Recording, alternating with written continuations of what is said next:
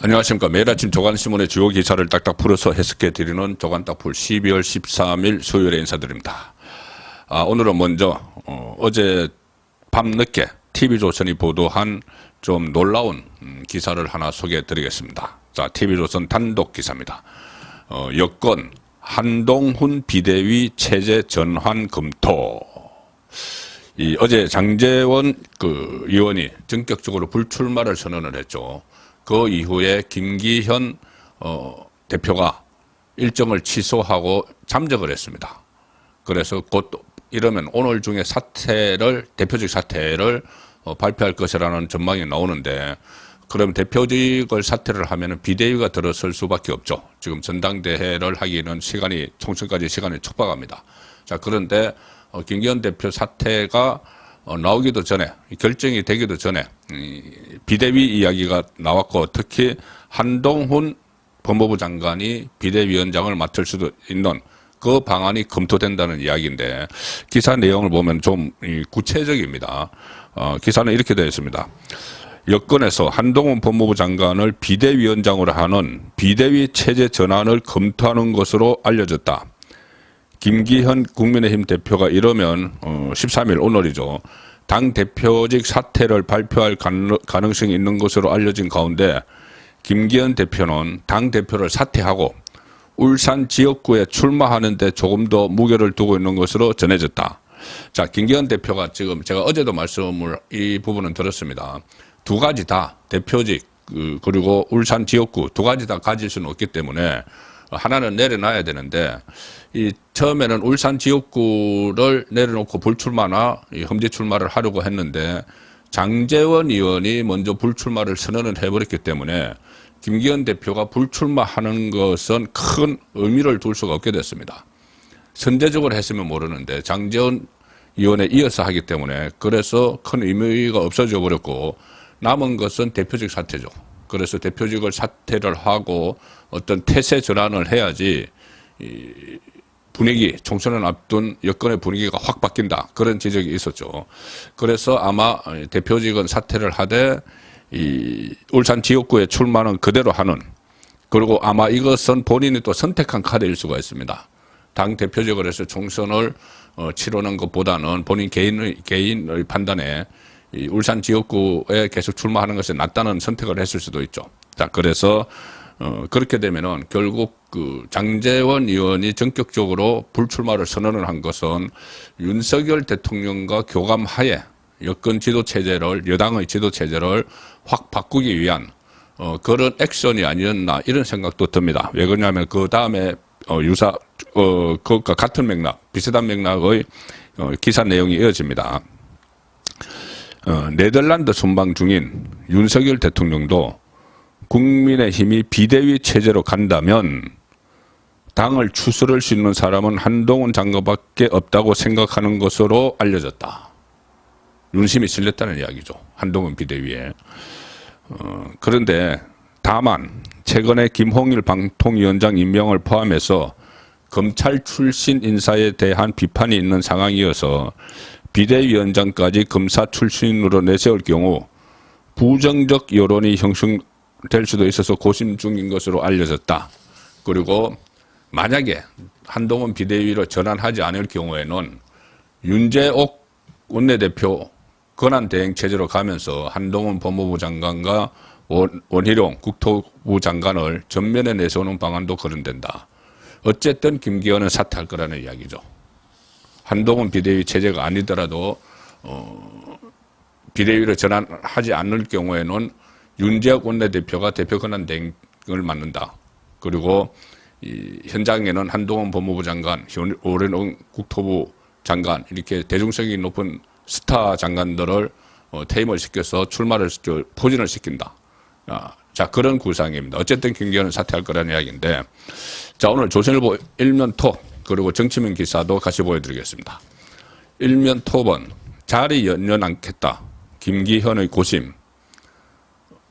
3면 정치면 기사는 김기현 당에 이틀간 국회 안 나올 것, 지도부 행사도 불참. 자, 여당 대표 김기현 이러면 오늘 입장 표명할 것이다. 장제원은 총선 불출마 선언을 했고 김기현도 대표 사퇴 여부 등 자신의 거취 두고 고민이 커졌다. 친윤 핵심이죠. 국민의힘 장제원 의원이 어제 내년 총선 불출마를 공식 선언을 했고 김기현 대표도 공식 일정을 모두 취소하고 장고에 들어갔다. 당내에서는 김기현 대표가 이러면 오늘 13일 대표직 사퇴 등 거취를 표명할 수 있다는 전망이 나온다. 당초 김기현 대표는 12월 내 공천관리위원회를 출범을 시키고 내년 초 자신의 거취를 밝힐 것으로 알려졌다. 이때까지만 해도 자신의 거취라는 것은 대표직 사퇴가 아니고 울산 불출마를 의미하는 것이었죠. 하지만 혁신위가 조기 해산하고 김 대표가 예상했던 시점보다 빠르게 장제원 의원의 불출마 선언이 이루어지면서 방향이 바뀐 것으로 보인다. 자, 이거는 사퇴입니다. 대표직 사퇴. 그 전까지는 불출마였지만 지금부터 김기현의 거취하는 것은 대표직 사퇴를 곧 의미하는 상황이 된 것이죠. 당초 김기현이 생각한 그림은 당내에서 그 김기현의 그림은 이렇게 생각을 했습니다. 대표직은 그대로 유지하되 내년 초쯤 울산 불출마 선언을 할 것이라는 관측이 지배적이었는데 장제원의 불출마로 상황이 급반전했다. 여권에서 사퇴를 하라 이렇게 공개 요구가 잇따르고 있고 과연 김 대표가 버틸 수 있겠느냐, 자 이런 분석이 나오고 있습니다. 자 그러면 대통령실 윤석열 대통령은 지금 네덜란드 국빈 방문 중인데 대통령실의 분위기는 어떨지. 자 동아일보입니다. 동아일보 정치면 기사입니다. 김기현 잠행 대통령실은 거취 결단 지켜보는 중. 기류가 달라졌다. 10월에 강서구청장 보궐선거 참패 뒤에는 비대위가 답이 아니다. 이렇게 김기현에게 힘을 실어줬는데 용산에서 장제원 불출마에 김기현 사퇴론이 거세지고 있다. 그리고 당내에서 나오는 말은 확실한 쇄신은 지도부 교체다. 원래 김기현 대표 체제는 사실 윤석열 대통령의 의중에 따라 만들어진 것이 사실이죠. 이준석 트라우마 때문에 여당 대표 이준석 트라우마 때문에 친정체제를 여당에 구축하기 위해서 김기현 대표를 사실상 대표로 밀었는데 그리고 강서구청장 보궐선거 패배 이후에도 김기현 대표가 물러나고 비대위가 들어서야 된다는 의견이 있었지만은 그때 용산에서는 비대위는 답이 아니다 하고 이번에 또 인요한 위원장과의 그 혁신위원장과의 갈등에서도 사실상 김기현 대표의 손을 들어줬지만 그 이후에 여러 가지 안 좋은 상황들이 벌어졌습니다. 뭐냐면은 당 내부 보고서가 조신일보에서 공개가 됐죠. 서울이 49곳 중에서 6곳만 건질 수도 있다. 최악의 상황에서. 그리고 갤럽 조사에서 계속 그 다음 총선에서 정권 견제를 위해서 야당을 찍겠다는 여론조사가 여당을 찍겠다는 것보다 정권 안정을 위해서 여당을 찍겠다는 것보다 한 10%포인트 이상 확 벌어지는 결과가 나왔습니다. 그래서 아마 김기현 대표 체제로는 총선에서 어렵다는 판단을 한 것이 아닌가. 그래서 장제원 의원이 선제적으로 불출마를 전격적으로 선언을 한 것도 결국은 김기현 지도부의 교체를 위해서 결행한 것이 아닌가. 그런 분석도 가능해졌습니다. 대통령실은 김기현 대표 거취에 대해서 김 대표가 판단할 문제라면서도 김 대표의 사퇴 가능성까지 열어두는 분위기다. 대통령실 관계자는 이렇게 이야기합니다. 장제원 의원 불출마 선언을 신호탄으로 당에서 본격적인 혁신의 흐름이 이어지지 않겠는가. 신호탄으로 당이 혁신을 해야 내년 총선을 새로운 인물들로 치를 수 있다. 자, 그래서 그렇게 이야기하니 당내에서는 확실한 당 쇄신은 김기현 교체다.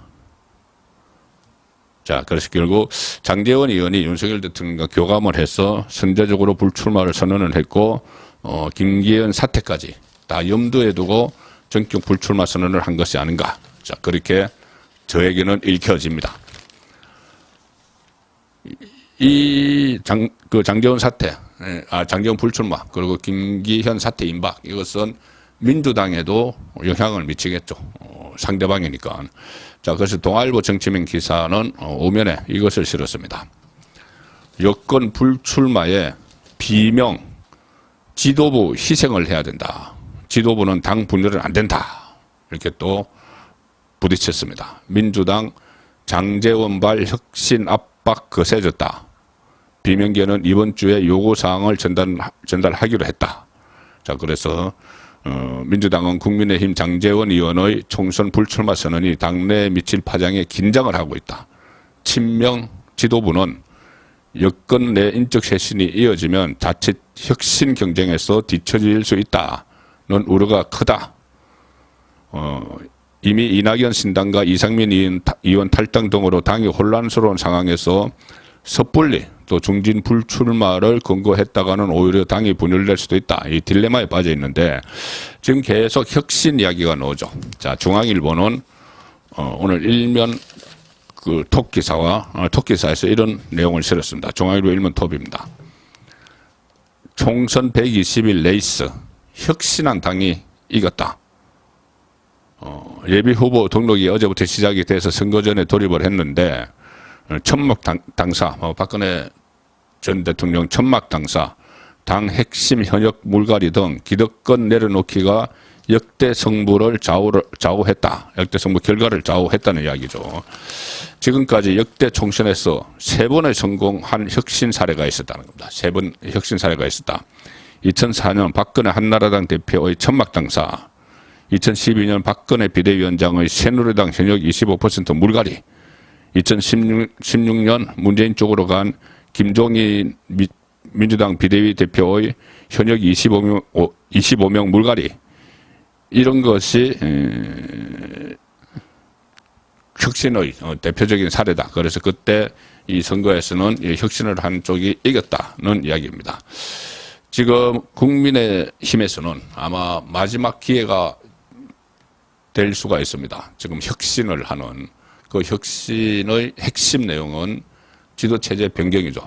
물론 지도체제 변경을 하면은 또 다른 부담도 안게 되지만 김기현 체제로 그대로 총선으로 쭉 가면은 큰 반전의 계기가 마련되기 어렵기 때문에 무난히 패배를 하는 그런 상황이 올 수 있으므로 그 올 가능성이 크기 때문에 이 지도체제를 한번 바꿔서 태세 전환을 하는 그런 계기가 마련돼야 한다고 저는 생각을 하고 지금 방향도 그쪽으로 가는 것 같습니다.